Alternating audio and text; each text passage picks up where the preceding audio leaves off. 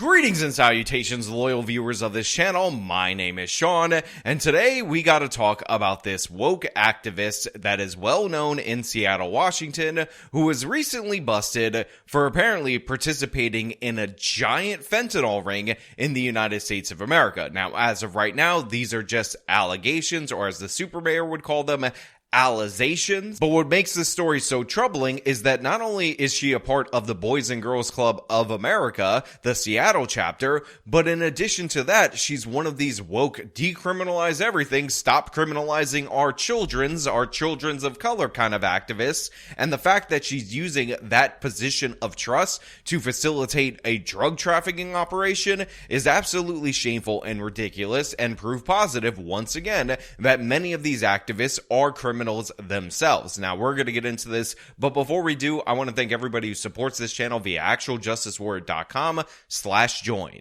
Give me the money.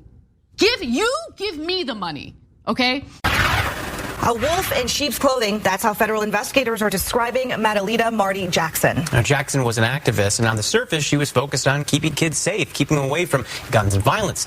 But as AJ Janabel reports, investigators are now linking her to an organized nationwide drug ring run here locally. So that's one hell of an intro to a story, and to say that this person is an activist, and specifically an activist for the youth, is honestly downplaying it to a degree that I think deserves to be fleshed out more. Obviously, this person, as I said in the open, is a member of the Boys and Girls Club of the United States of America, but she's done press conferences, been featured by all these different other various woke organizations prominently as a leading figure in this local community, so it's absolutely shameful if these allegations prove to be true that she would be involved with something like this. Officials say the leaders of this drug operation ring, two brothers, their mom, Marty Jackson, helped them hide their dirty drug money through her own accounts while she had access to millions of taxpayer dollars through her activist work. Yeah, so if you guys had the vision of this woman being involved in the day-to-day operations of cutting the drugs,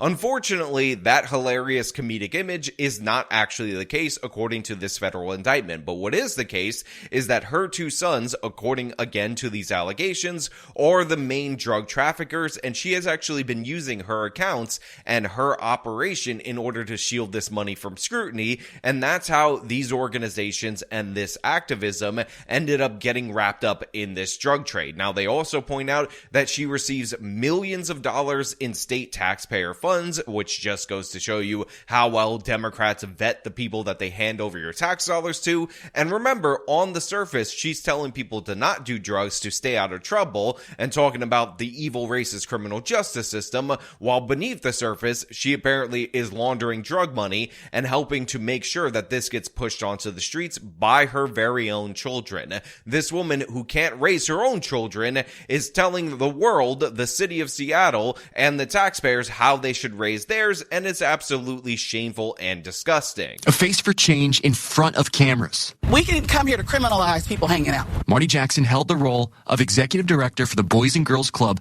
SE Network. Yeah, so right there, they give you a little excerpt from her press conference where she's talking about how we don't need to criminalize people hanging out. That would be absolutely horrible, because we all know that the issue isn't criminals doing criminal things, it's the criminalization of certain behaviors. Now, of course, little did the world know while she's giving this press conference, while she's the executive director of the Boys and Girls Club in this particular area, that she was facilitating, again, a massive fentanyl operation that could have resulted in the deaths of hundreds, if not thousands of Americans due to the pernicious nature of this particular drug. A group fighting against gangs and community violence in Seattle public schools, parks, and working alongside police. Jackson demanded change after violence in South Seattle. I think it's a testament of the resilience that we all have. City numbers I obtained show her organization had access to millions of taxpayer dollars for its cause. Just in August, the mayor's office used Jackson's voice to promote its millions in safety investments. Yeah, so obviously you can see that this woman's trust in the community ran deep,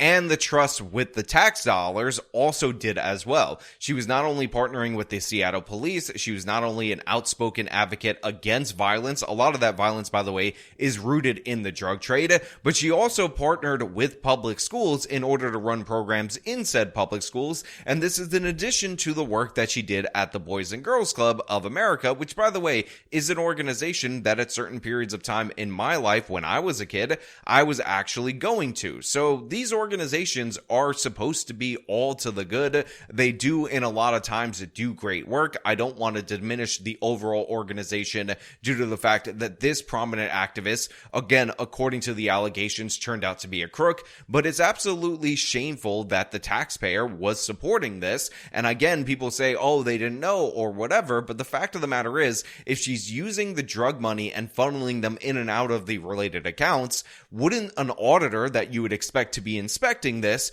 end up discovering that sooner? But of course, it ends up coming down to the feds running this down. And honestly, again, it's just heartbreaking for the community and for the people that actually had positive impacts related to her work. Now, of course, on the flip side of that, the fentanyl dealing probably impacted so many more people negatively, ended up leading to situations where parents ended up getting killed or getting addicted and then funneled into the organization. So she was kind of subordinating the problem that she was purporting to fix in the public. But now, federal officials are revealing a dark side to the local changemaker. It involved many members of their family. Calling Jackson a money launderer for her family's deadly fentanyl operation, quote, through structured deposits and using her account as a pass-through for money changing hands between her sons and members of the crime ring. I mean, again, just think about how crazy this is. So this woman's getting all these funds. She has these accounts. They should be under scrutiny, not just from the state, but from the federal government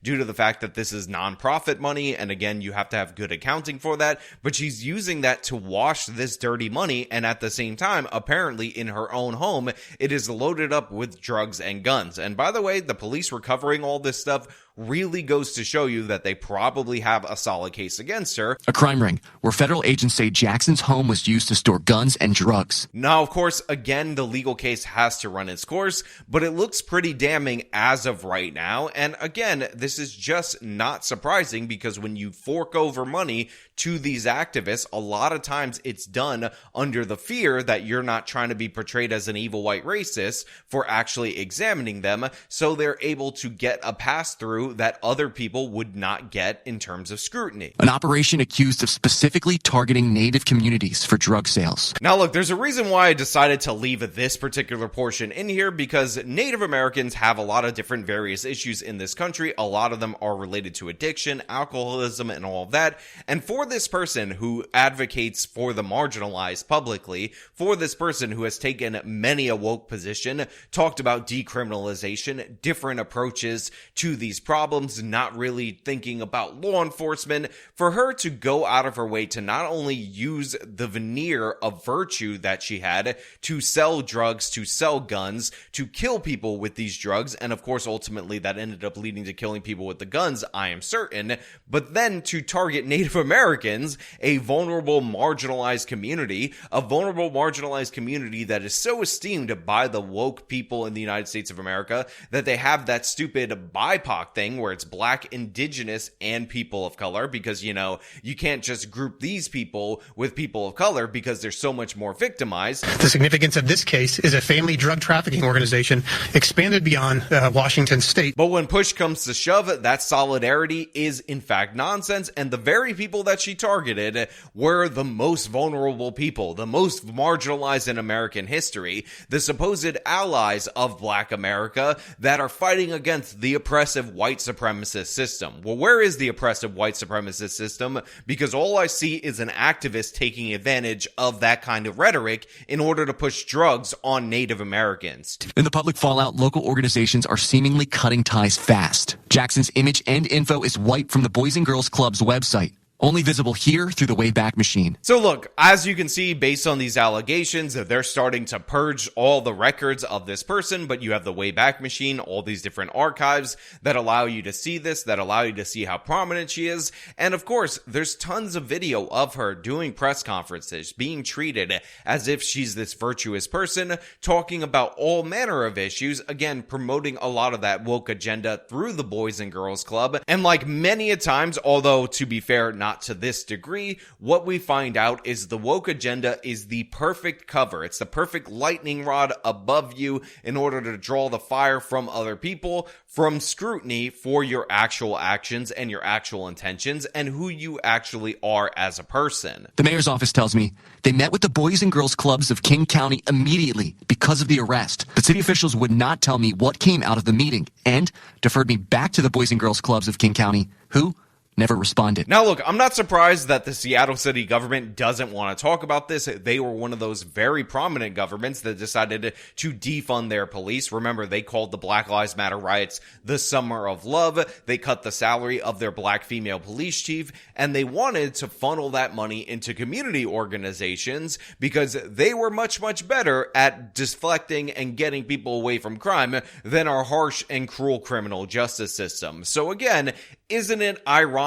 Isn't it ridiculous that the very same organization that likely got a great increase in funding, the head of that organization was running a statewide or beyond statewide drug ring that was busted by the feds just 4 years later? Again, you can't make this stuff up. If I told you this was going to happen, if it was in fiction, you'd say this is too ridiculous. Fentanyl dealing from a Black Lives Matter activist? Sean, what are you even saying? But the facts are what they are, and this is what is being presented to us. And again, everybody deserves their day in court, but it's pretty damning as of right now. Seattle Public Schools provided a response that reads, in part, as soon as SPS learned of this issue, district representatives reached out to the city of Seattle to gather information and determine the next steps with the Boys and Girls Club as a service provider.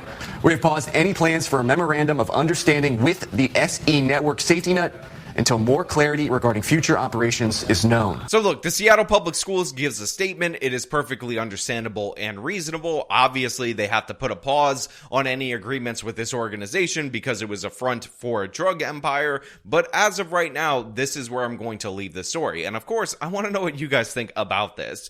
Are you surprised at all that one of these activists turned out to be a criminal? And if you are not surprised that they turned out to be a criminal, are you surprised that it's this level of criminality? Because, you know, we talked about the founders of Black Lives Matter buying expensive real estate. We talked about that other guy, the Black Lives Matter Greater Atlanta area, the albino, and how he was using money in order to buy watches and, again, property in Ohio. But this, to me, is a different level. This, to me, is an absurdity that even I wasn't expecting. And again, this person is more affiliated with the Boys and Girls Club than Black Lives Matter as an organization, although there are many an instance where she's promoting the same rhetoric and pushing the same type of criminal justice reform. And to be clear, funds were likely redirected from the police to her organization post George Floyd, post the Black Lives Matter riots. So this might very well be more criminality as a consequence of those riots, or at least criminality that was aided and abetted as a result of those riots. But again, I want to know what you guys think. If you like this video, show them by leaving a like, subscribe for more content, follow me on my social medias, support me via the support links in the description of this video. This has been me talking about this crazy story out of Seattle. Till next time.